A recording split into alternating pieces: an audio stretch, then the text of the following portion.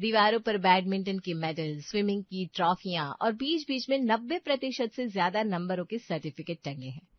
Rinki mat पर workout कर रही है, पसीना पोंछती है और खिड़की से बाहर कोहरे में डूबी दिल्ली की सड़कें देखती है। सरिता जी, सुबह सुबह बिटिया को देखो कैसे पसीना बहा रही है, और वो कल रात तक किताबें लिए बैठी थी।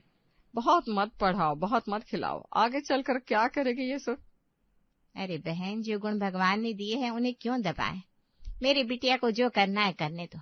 मायके में ही तो आजादी होती है, पता नहीं ससुराल कैसा मिले। हाँ भाभी, आजकल जमाना बदल गया है। लड़की हो या लड़का, अगर मेहनत करे तो क्यों पीछे रहे। रिंकी, तूने तो कमाल कर दिया। राज्य स्तर पर ये तेरी तीसरी ट्रॉफी है। कोच साहब, ये तो बस शुरुआत है। मुझे नेशनल खेलना है। देखना, एक दिन समाचार में मेरा नाम गूंजेगा। रिंकी मैदान से घर आती है तो देखती है 4-5 रिश्तेदार बैठे हैं। सभी लड़की देखने वालों के बारे में बात कर रहे हैं। राजेश भाई, वो गुप्ता वालों का बेटा तो देखा, बहुत अच्छी नौकरी है उसकी।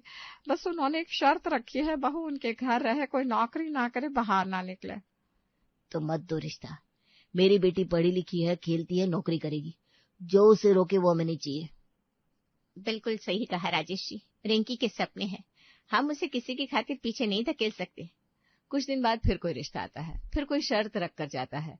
हर बार राजेश और सरिता के मुंह पर मायूसी आ जाती है, पर वो अपनी बात पर अड़े रहते हैं। लेकिन फिर एक दिन रिंकी कमरे में आती है। एक अनजान आदमी दीवारों पर ट्रॉफियां देख रहा था। वाह बेटिया, कितनी शानदार अचीवमेंट है।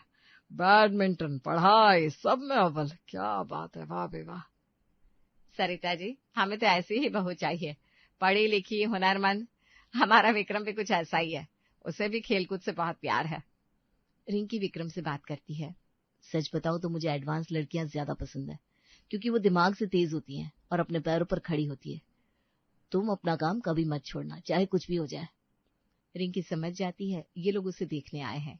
लड़का रिंकी को भी पसंद आ जाता है, ऊपर से उसकी बातें। सच में आपको नहीं लगता शादी के बाद लड़की को घर की 4 दीवारी में कैद हो जाना चाहिए? अरे नहीं नहीं, बिल्कुल बकवास ही है। इंसान है, जानवर नहीं जिसे रोक कर रखें। बात पक्की हो जाती है। शादी की तैयारियां शुरू हो जाती है।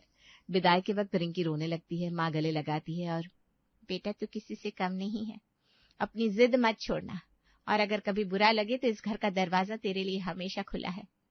रिंकी, याद रखना, तो वही रिंकी है जो ट्रॉफी लाती है, जो टॉप करती है। उस रिंकी को कभी खोना मत। विदाई होती है, डोली उठती है। अगले रोज ससुराल में रसोई।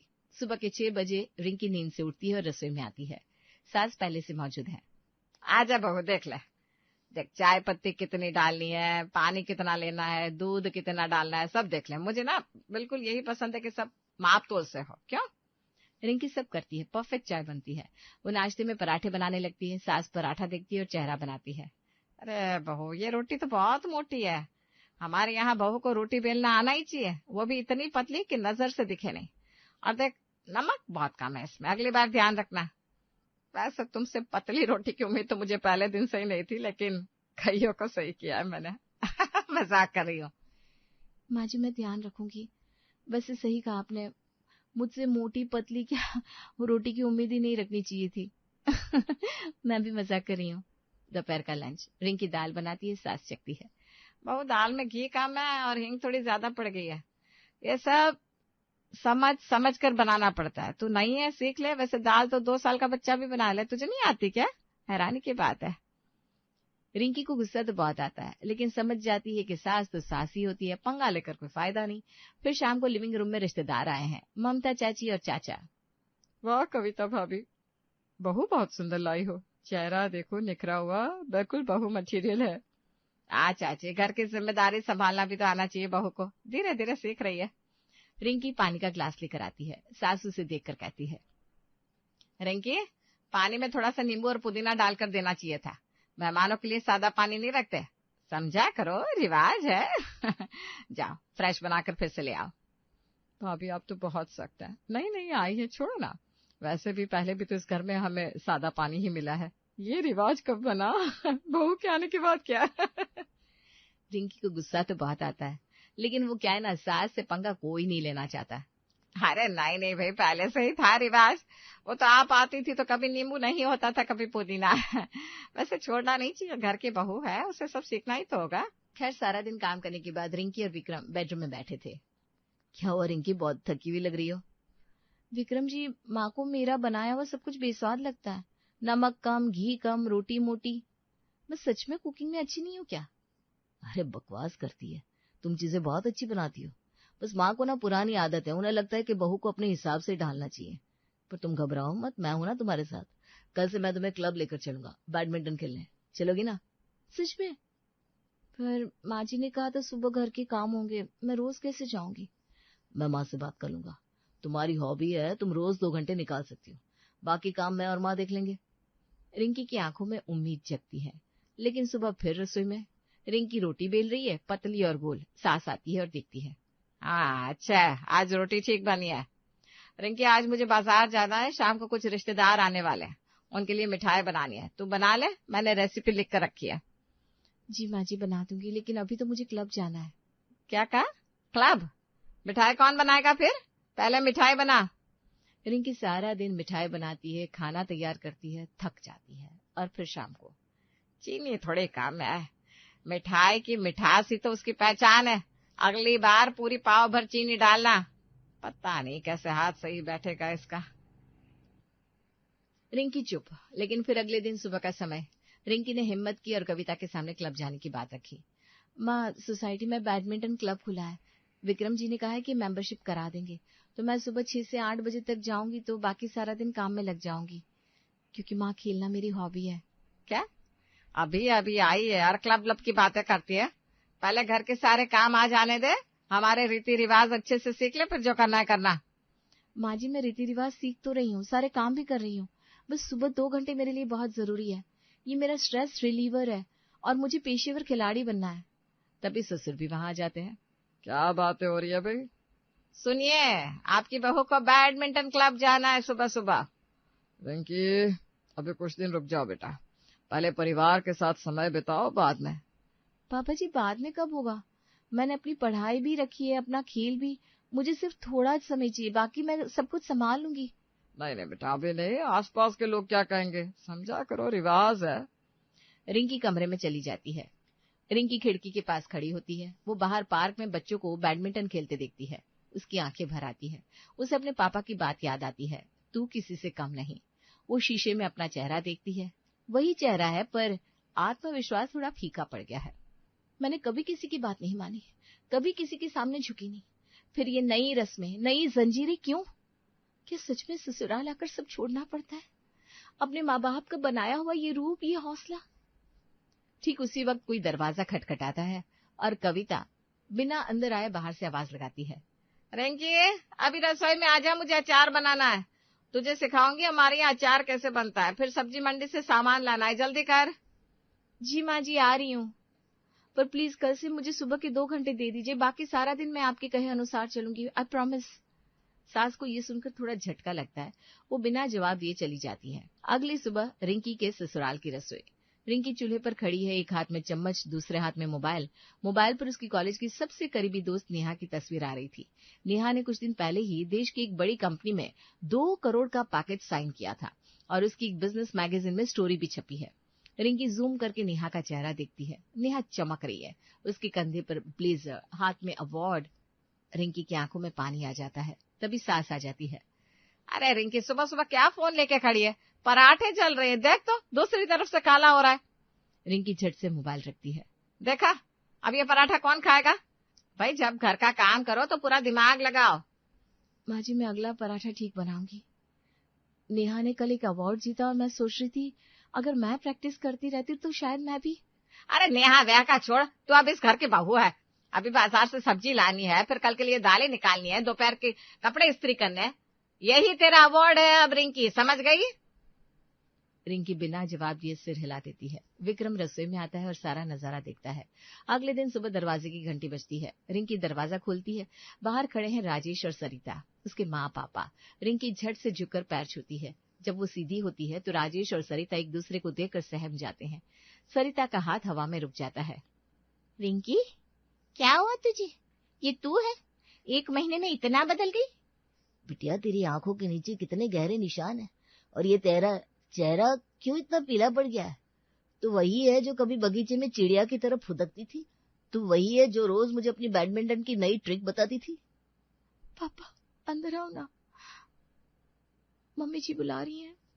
सरिता रिंकी का हाथ पकड़ती है। रिंकी का हाथ अब कांपता नहीं, बस बेजान सा है। सरिता उसकी कलाई पर जले के निशान देखती है तो चौंक जाती है। ये क्या है रिंकी, तू ऐसे जली कैसे? कुछ नहीं माँ, वो चूल्हे पर लग गया था, अब ठीक है। लिविंग रूम में बैठकर जब सब चाय पी रहे थे, कविता मिठाई और नमकीन परोसती है। राजेश रिंकी को देख रहा है। वो अपनी उस बिटिया को याद करते हैं जो कॉलेज की किताबों में डूबी रहती थी, जो सुबह तैराकी करती थी और रात को पापा को अपना मैच का वीडियो दिखाती थी। अब ये रिंकी खामोश है, चुप है, जैसे खुद को मिटाकर रख दिया हो। रिंकी, तेरी बैडमिंटन की बैट कहाँ है? मैंने तो सुना कि तू यहाँ भी क्लब ज्वाइन करने वाली थी। रिंकी कुछ बोले उसके पहले कविता बोल पड़ती है। अरे राजेश जी, अभी तो यहाँ पूरी तरह से सेटल नहीं हुई है, अभी उसे बहुत काम सीखना है, 1-2 महीने और उसके बाद। रिंकी के माता पिता उससे मिलकर वापस आ जाते हैं, लेकिन पिता उस पूरी रात सो नहीं पाता। फिर वो उठते हैं। राजेश बड़ा सा बैग उठाते हैं और सुबह सुबह रिंकी की माँ के साथ रिंकी के ससुराल पहुंच जाते हैं। इस बार बिना पूछे राजेश कमरे में घुसते हैं और बैग खोलकर सारे मेडल, सर्टिफिकेट और ट्रॉफियां निकालना शुरू कर देते हैं। सुनील जी, कविता जी, देखिए, ये है मेरी बिटिया के achievements. State level badminton champion, ये स्विमिंग मेडल, ये स्कॉलरशिप के सर्टिफिकेट। मैं सोच रहा था क्यों ना इन्हें यहाँ की दीवारों पर लगा दिया जाए, ताकि रिंकी को अपनी पुरानी पहचान याद रहे और उसे हौसला मिले। कविता का चेहरा एकदम तमतमा जाता है। वो उठकर दीवारों पर हाथ फेरती है। अरे राजेश जी, ये क्या कर रहे हो? देखो तो सही, ये दीवारें नई है, अभी कुछ दिन पहले ही पेंट करवाई है। इनमें कील ठोकेंगे तो दरारें पड़ जाएगी, पूरी दीवार गंदी हो जाएगी। हमें तो यहाँ उगते सूरज और पहाड़ों की सीनरी ही अच्छी लगती है। वो देखो कितनी सुहावनी लग रही है। इन पुरानी चीजों से क्या होगा? रिंकी अब यहाँ की बहू है, तो ये सब बेकार की चीजें क्या करेगी यहाँ रखकर? कविता जी, हम अपनी बेटी को बचाने आए हैं, किसी की दीवार बिगाड़ने नहीं। अगर आपको इनमें से एक भी चीज कबाड़ लगती है तो आप हमारी बेटी को भी कबाड़ समझोगी। चलो राजेश, हमें यहाँ और कुछ नहीं करना। बेटी को तो हम पहचान नहीं पाए, ये लोग उसके सपनों को क्या पहचानेंगे? रिंकी माता पिता को जाते देखती है लेकिन कुछ नहीं कर पाती। लेकिन काम करके जब वो अपने कमरे में जाती है तो विक्रम जोर जोर से कील ठोकता है। पहला मेडल दीवार पर टंगता है, फिर सर्टिफिकेट, फिर ट्रॉफी, एक एक करके सारी चीजें वो अपने कमरे की दीवार पर लगा देता है। ये देख रिंकी, ये तेरी असली सीनरी है। सूरज और पहाड़ तो मैं कल घूमने भी ले जाऊंगा, पर ये लड़की जो स्मैश मारती थी, जो पढ़ाई में टॉप करती थी, वो मेरी दीवार पर हमेशा रहेगी। माँ को गुस्सा आएगा, आने दो। अब मैं भी तुम्हारे साथ खड़ा हूं। मैं नहीं होने दूंगा ऐसा कि तुम अपने आप को भूल जाओ। किचन में सुबह सुबह हलचल मची हुई थी, पर इस बार ये हलचल रिंकी की नहीं थी। रिंकी बैडमिंटन किट पहन रही थी और विक्रम चूल्हे पर खड़ा पराठा बेल रहा था। कविता ने जैसे ही रसोई में एंट्री मारी, उसके पांव जमीन पर जम गए। उसकी आंखें फटी की फटी रह गई। अपना लाडला बेटा कढ़ाई में तड़का लगा रहा था। अरे भगवान विक्रम, तू ये क्या कर रहा है? ये बहू का काम है और तू यहाँ चूल्हे पर। माँ, बहू का काम या बेटे का काम, भूख तो सबको लगती है। रिंकी को क्लब जाना है, मैं चाय बना लूंगा और पराठे भी सेक लूंगा, इसमें क्या बिगड़ जाएगा? माँ एक बात बता, अगर रिंकी घर में रोज 10-20 हजार लाकर देगी तो क्या तू उसे आग से जलने देगी? नहीं ना। बस 2 घंटे मुझे किचन संभालने थे। कविता बेटे के सामने एकदम सहम गई। ना तो वो उसे डांट पा रही थी, ना ही उठकर जा पा रही थी। शर्म के मारे उसका मुंह लाल हो गया। कुछ पल सोचकर वो खुद बर्तनों में पानी भरने लगी और चुपचाप विक्रम की मदद करने लगी। रिंकी, सुना है तू स्टेट लेवल की खिलाड़ी है। मेरी दोनों बच्चियां तुझसे सीखना चाहती हैं। महीने के 10,000 रुपए दे दूंगी, 5,000 एक बच्चे का बुल मंजूर है। बस इन्हें कंपटीशन लेवल का बैडमिंटन सिखा दे तू। रिंकी की आंखों में चमक आ गई। पहली बार कोई उसके हुनर की कद्र करके पैसे देने को तैयार था। अरे भाभी, 10,000 क्या, मैं इन्हें मास्टर बनाकर रख दूंगी। Deal done. धीरे धीरे खबर फैल गई। सोसाइटी की औरतें, उनकी बेटियां, पड़ोस की लड़कियां सब रिंकी के पास आने लगी। 5 स्टूडेंट हुए, फिर 10, फिर 15। घर में हर महीने अच्छा खासा पैसा आने लगा। रिंकी ने एक दिन सारी फीस गिनकर सास के हाथ में रख दी। माँ जी, इस महीने 25,000 की कमाई है, घर के खर्चे में लगा लीजिए। कविता की आंखें नम हो गई। अब तक तो सोसाइटी की सारी औरतें रिंकी की तारीफ कर रही थी। कविता तेरी बहू कमाल की है, मेरी बिटिया को सिलेक्शन मिल गया। वाह, कितनी अच्छी कोच है कविता तेरी बहू। दूसरी ने कहा। अब कविता समाज के डर से भी रिंकी को रोक नहीं पाती थी।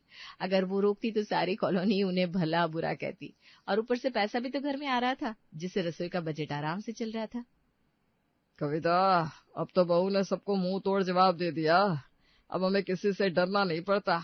वो कहते हैं ना, दुनिया में 3 चीजें कभी नहीं छिप सकती, इश्क, मुश्क और ससुराल में बहू के हाथ से गिरा हुआ कांच का गिलास। लेकिन आज के डिजिटल युग में एक चौथी चीज भी जुड़ गई है, बहू के मायके का फोन। जी हाँ, स्वागत है एक ऐसे घर की कहानी रोहिणी में रह रही सुनीता की, जो हर बात अपनी माँ से शेयर करती है सुबह के 6 बजे। हाँ मम्मी, गुड मॉर्निंग। आज फिर सासू माँ मुझसे पहले उठ गई और जानबूझकर किचन में पैर पटक पटक कर चल रही थी ताकि मेरी नींद खुल जाए। और सुनो मम्मी, कल रात में देर तक लैपटॉप पर अर्पित के साथ कुछ देख रही थी, तो सुबह सुबह ससुर जी ने मुझे देखते ही पता है क्या कहा? रात को जागने वाले उल्लू सुबह का सूरज नहीं देखते। मम्मी, नीचा दिखाने का कोई मौका नहीं छोड़ते ये लोग। अच्छा, ऐसा कहा तेरे ससुर ने? हाँ मम्मी, और क्या। अच्छा, मैं किचन में जाती हूँ, नहीं तो उन्हें फिर से कोई बहाना मिल जाएगा। सुनीता फोन जेब में डालकर सीधे किचन की तरफ चल दी। शांति देवी किचन में मुस्कुराते हुए अदरक कूट रही होती है। अरे सुनीता बेटा, तुम उठ गई? कल रात तुम देर तक कंप्यूटर पर कुछ काम कर रही थी ना, इसलिए मैंने सोचा तुम्हें थोड़ा सोने दूं। चाय बन गई है, ये लो, और ससुर जी को दे आओ और तुम भी पी लो। ऊपर से कितनी मीठी बनती है, अंदर से देखो तो कितनी तीखी है। पहले ससुर जी से ताना दिलवा दिया और अब खुद अच्छी बनने का ढोंग कर रही है। बहू, तुमने कुछ कहा क्या? अरे नहीं नहीं, कुछ नहीं मम्मी जी, मैं बस सोच रही थी कि आप कितनी अच्छी हैं। मेरे उठने से पहले ही चाय बना दी। फिर सुनीता ससुर जी को जाकर चाय देती है। बहू, चाय लाने में बड़ी देर लगा दी। वो बस पिताजी, वो मुझे उठने में आज जरा देर हो गई थी, इसलिए मम्मी जी ने खुद चाय बनाई है। बहू, इतनी देर तक जागना ठीक नहीं। उल्लू भी नहीं जागते। सॉरी पापा जी। फिर सुनीता खुद भी चाय पीती है और चाय पीने के बाद किचन में बर्तन घर की सफाई में लग जाती है। तभी सास शांति देवी काजल से बोलती है। काजल, तेरी भाभी सुबह से अकेले नाश्ता बना रही है, थोड़ा तू भी काम में हाथ बटा दिया कर। अजय कहते हैं ना कि एक आम इंसान दिन में 24,000 बार सांस लेता है, लेकिन सुनीता दिन में 240 बार अपनी माँ से हर बात शेयर करती है। सुबह के 9 बज जाते हैं। सुनीता तवे पर पराठे सेक रही थी और कान पर फोन चिपकाए लाइव कमेंट्री चालू। हेलो मम्मी, अभी थोड़ी देर पहले पता है क्या हुआ? सासू माँ ने जानबूझकर मेरे सामने ही ननद जी से कहा जरा अपनी भाभी की मदद कर दे, बेचारी अकेले थक जाएगी। माँ, वो अर्पित के सामने जता रही थी कि मैं अकेले नाश्ता भी नहीं बना सकती। अच्छा, ऐसा कहा तेरी सास ने? देखा सुनीता, ये सीधे सीधे तुझे नीचा दिखाने की चाल है। तू भी चालाकी से कह दे कि मैं सब अकेले कर लूंगी, मुझे किसी की जरूरत नहीं। अब दोपहर के 2 बज जाते हैं। खाना बनाने का टाइम हो जाता है।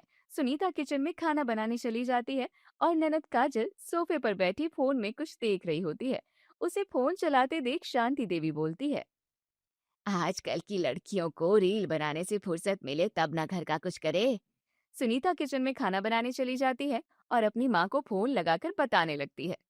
हेलो मम्मी, आज मैं जैसे ही किचन में खाना बनाने लगी ना, तो पता है सासू माँ हॉल में बैठकर काजल से कहने लगी, आजकल की लड़कियों को तो बस रील्स बनाने से फुर्सत मिले तब ना, घर के काम तो पहाड़ लगते हैं।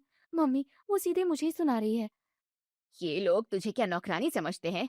और वो काजल क्या नवाब की बेटी है जो सोफे पर बैठी रहती है? तू चुप रहती है इसलिए वो तुझे कुछ भी सुना देते हैं।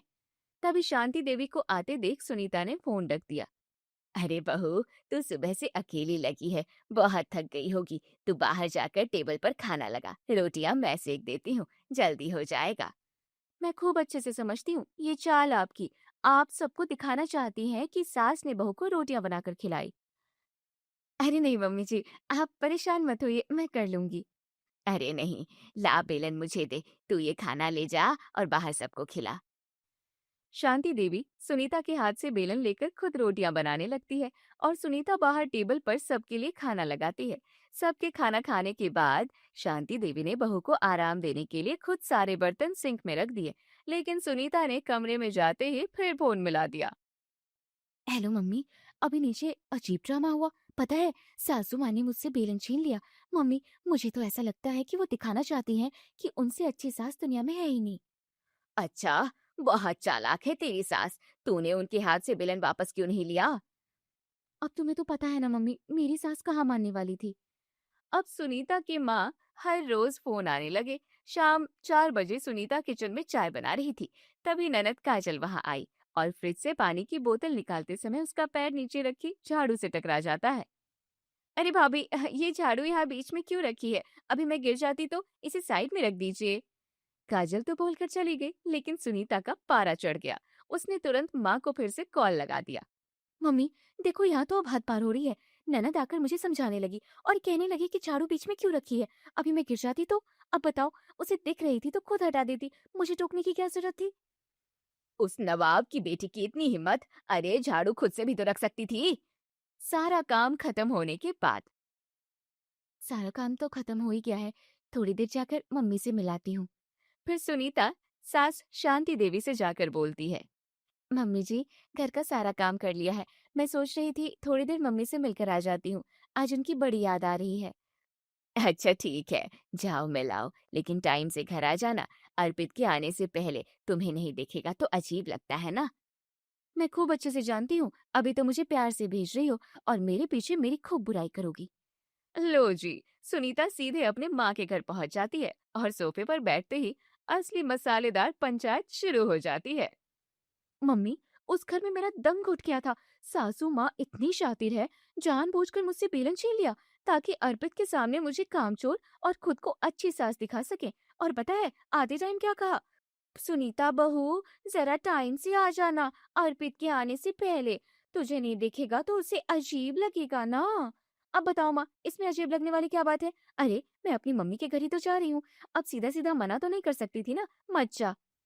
मुझे पहले ही लग रहा था कि तेरे ससुराल वाले जैसे दिखाई देते हैं वैसे है नहीं।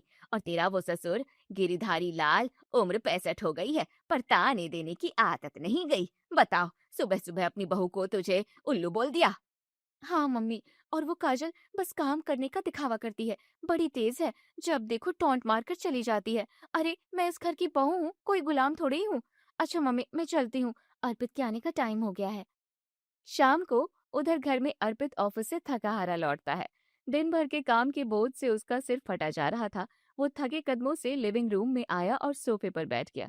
उसने चारों तरफ नजर दौड़ाई, लेकिन उसे सुनीता कहीं नहीं दिखाई दी। यार सुनीता, कहाँ हो तुम? आज ऑफिस में बहुत काम था, सिर फटा जा रहा है, प्लीज एक कप कड़क कॉफी बना दो।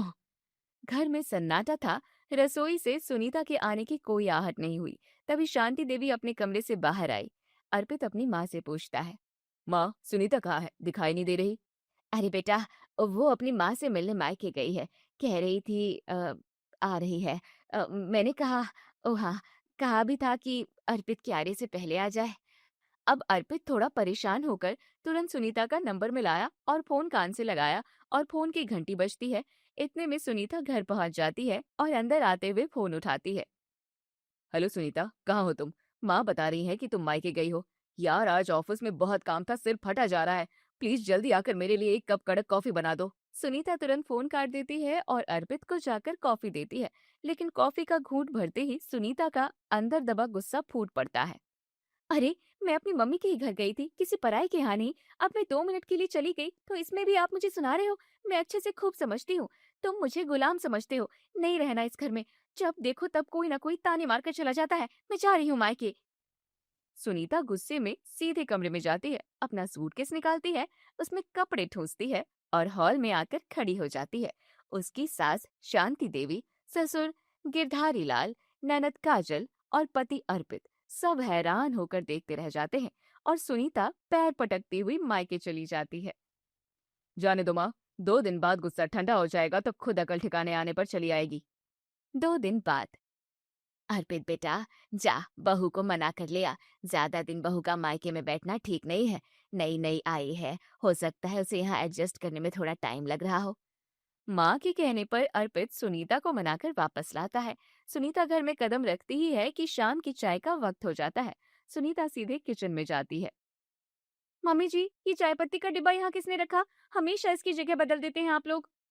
अरे बहू, तू 2 दिन से नहीं थी तो काजल ने किचन साफ किया था, शायद भूल से वहां रख दिया, तो इतनी सी बात पर गुस्सा क्यों कर रही है? ये सुनते ही सुनीता का पारा 7वें आसमान पर चढ़ गया। कुछ देर बाद उसकी माँ का कॉल आता है और लगी बातें बताने। हेलो मम्मी, अभी मुझे आए 2 घंटे भी नहीं हुए हैं और इन्होंने अपना रंग दिखाना फिर से शुरू कर दिया। काजल ने जानबूझकर मेरे पीछे से चाय पत्ती छुपा दी ताकि मैं चाय न बना पाऊं। ये सब इनकी सोची समझी चाल है। मैं वापस घर आ रही हूँ। हाँ हाँ, तू तुरंत आ जा घर, इन्हें भी पता चले कि तू किसी की नौकर नहीं है। सुनीता ने फोन रखा और गुस्से में वही अपना सूटकेस फिर से उठा लिया। अरे सुनीता, अभी तो 2 दिन पहले ही तो तुम मायके से आई हो, अब क्या हुआ? तुम्हारे घर में मेरी रत्ती भरी इज्जत नहीं है। जानबूझकर डिब्बे छुपाए जाते हैं ताकि मुझसे परेशान किया जा सके। मैं वापस मायके जा रही हूँ। पर बहू, इसमें इतना गुस्सा होने वाली क्या बात है? चीजें इधर उधर हो जाती है। तू आ गई है तो अपने हिसाब से रख लेना। लेकिन सुनीता कहाँ मानने वाली थी। वो फिर से मायके फरार हो गई। अर्पित उसे कुछ दिन बाद फिर मना कर लाया। तो भाई साहब, इस बार बिना वजह का समोसा कांड हो गया। दोपहर का वक्त था। सुनीता अपने कमरे में सो रही थी। तभी अर्पित बाहर से गर्मा गर्म समोसे लेकर आया। हॉल में सब समोसे खा ही रहे थे कि खुशबू सूंघकर सुनीता बाहर आई। अरे आ गई बहू, तू तो सो रही थी। हमने सोचा क्यों जगाएं। रसोई में तेरे लिए 2 समोसे ढक कर रखे हैं। जा, जाकर खा ले बेटा। बस ये सुनते ही सुनीता का खून खौल जाता है और तभी उसकी माँ का फोन आता है। हेलो मम्मी, मैं सो रही थी तो इन लोगों ने चुपके से बाहर से समोसे मंगवाकर खुद मजे से खा लिए और मुझे पूछा तक नहीं। ये मुझे इस घर का हिस्सा ही नहीं मानते मम्मी। क्या? तुझे बिना बताए अकेले अकेले खा गए? तू 1 मिनट मत रुक वहाँ, तुरंत सामान उठा और चली आ। वो तो अच्छा हुआ मैंने तुझे फोन कर लिया, नहीं तो मुझे कुछ पता ही नहीं चल पाता। सुनीता गुस्से में बैग पैक करती है। मुझे नहीं खाने आपके वो रसोई में रखे समोसे। तुम सबने मुझे छोड़कर अकेले अकेले पार्टी की है। मैं वापस मायके जा रही हूँ। लो जी, समोसे जैसी छोटी सी बात पर बहू जी फिर से सूटकेस तान कर सीधे मायके फरार। कभी किसी छोटी सी बात पर तो कभी किसी बात पर। अब तो सुनीता हफ्ते में 4 दिन मायके और सिर्फ 2 दिन ससुराल में रहने लगी। इस बार जब वो गई तो ससुराल वालों के सब्र का बांध पूरी तरह से टूट गया। माँ, पापा, मैं तंग आ चुका हूँ। घर की हर छोटी बात सीधे सासू माँ जी के कानों में जाती है और वो वहां से रिमोट कंट्रोल की तरह सुनीता को चलाती है। बात तो बिल्कुल 16 आने सच है। कल मैंने जब बहू से सब्जी में नमक है कहा तो इस पर जरा सी बात पर उसकी माँ का फोन आया तो बताने लगी। तभी काजल मुस्कुराते हुए कहती है, आप लोग चिंता मत करो, भाभी 2 दिन बाद वापस आने वाली है। उनके आने से पहले हम पूरे घर में हिडन कैमरास और ऑडियो माइक लगवाएंगे और उसका लाइव फीड सीधे रमा आंटी के मोबाइल पर सेट कर देंगे। जब वो खुद देखेंगे कि भाभी कैसे हर बात को मिर्च मसाला लगाकर बताती है तो सब सच सामने आ जाएगा। अगले 2 घंटों में अर्पित और काजल ने मिलकर घर में सीक्रेट कैमरे छुपा दिए और अपने फोन से एक्टिवेट कर लिए। 2 दिन बाद जब बहू वापस घर आई तो उसे अंदाजा भी नहीं था कि वो एक लाइव रियलिटी शो की स्टार बन चुकी है। सुनीता ने आते ही अपना बैग सोफे पर पटका। अरे सुनीता बहू, आ गई तुम। बैठो, मैं तुम्हारे लिए बादाम का शेक लेकर आती हूँ और आज शाम को तुम आराम करना। काजल और मैं मिलकर डिनर बना लेंगे। सुनीता हैरान रह गई कि सासू माँ आते ही बादाम शेक दे रही है। पक्का इसमें कुछ गड़बड़ है। उधर रमा देवी ने जैसे ही अपना फोन खोला, हिडन ऐप की वजह से उनके स्क्रीन पर सीधे दामाद के घर का लाइव वीडियो खुल गया। रमा देवी चौंक गई और लाइव देखने लगती हैं और उनकी आंखें फटी रह जाती हैं और सास शांति देवी के किचन में जाने के तुरंत बाद ही सुनीता को कॉल लगाती हैं। हर सब ठीक तो है ना वहां पर? फिर से कोई किसी ने गड़बड़ तो नहीं की ना? हाँ मम्मी, सासू माँ ने मुझे बादाम शेक तो दिया लेकिन उसमें चीनी इतनी कम थी कि मेरा मुंह कड़वा हो गया और बोल रहे हैं कि आज शाम को मैं आराम करूं। वो अर्पित और पापा जी को जताना चाहती हैं कि मैं कामचोर हूँ और सारा बोझ काजल पर पड़ रहा है। रमा को अपने फोन की स्क्रीन पर साफ दिख रहा था कि शांति देवी ने कितनी ममता से बहू को शेक दिया था, लेकिन सुनीता उसे क्या रूप दे रही थी। तभी हॉल में अर्पित और काजल आते हैं। काजल टीवी का रिमोट उठाया और स्मार्ट टीवी पर रमा देवी के फोन की स्क्रीन को मिरर कर दिया। टीवी स्क्रीन पर सीधे रमा देवी का कमरा दिखने लगा, जहां वो हाथ में फोन पकड़े हैरान परेशान बैठी थी। मम्मी, टीवी पर मम्मी कैसे दिख रही है और ये सब क्या है? सुनीता, अब बहुत हो गया। पिछले 4 महीने से हमारे घर की प्राइवेसी एक मजाक बन चुकी है। यहाँ की हर बात को तोड़ मड़ोड़ कर मिर्च मसाला लगाकर वहाँ पेश करना बंद करो। काजल ने टीवी के ऑडियो को लाउडस्पीकर पर डाल दिया। अब रमा देवी की आवाज सीधे हॉल में गूंजने लगती है। सुनीता, बस कर, अब बस कर। आज भगवान का शुक्र है कि इन बच्चों ने मुझे पहले ही सब बता दिया था और लाइव कैमरा दिखा दिया, वरना मैं तो हमेशा तेरी बातों में आकर इस भोले परिवार को विलन समझती रहती। मैंने अपनी आंखों से देखा कि तेरी सासू माँ तुझे कितने प्यार से बादाम शेक दे रही थी और तूने मुझसे झूठ बोला। अर्पित ने सिर्फ एक कप कॉफी क्या मांग ली, तूने उसे गुलाबी का नाम दे दिया। सुनीता, तूने सिर्फ इनके घर की शांति भंग नहीं की, तूने अपनी माँ को भी गुनाहगार बना दिया। मुझे तुझ पर शर्म आ रही है। रमा देवी की बातें सुनकर सुनीता के पैरों तले जमीन खिसक गई। उसकी चोरी पूरे परिवार के सामने पकड़ी गई थी। सुनीता फूट फूट कर रोने लगी और उसने शांति देवी के पैर पकड़ लिए। मुझे माफ कर दीजिए माँ जी, मुझे माफ कर दीजिए पापा जी। अर्पित, काजल, मैं सचमुच अंधी हो गई थी।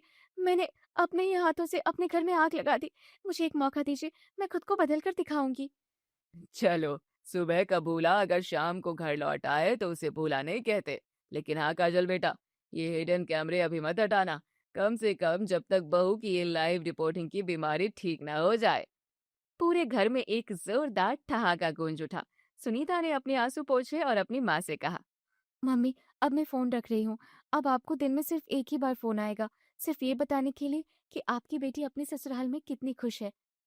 तो देवियों, याद रखिए, मायके से सलाह लेना अच्छा है, लेकिन ससुराल की चाय में अगर मायके का मसाला जरूरत से ज्यादा डालोगे तो रिश्ते का स्वाद हमेशा कड़वा ही आएगा। खुश रहिए और अपना घर खुद संभालिए।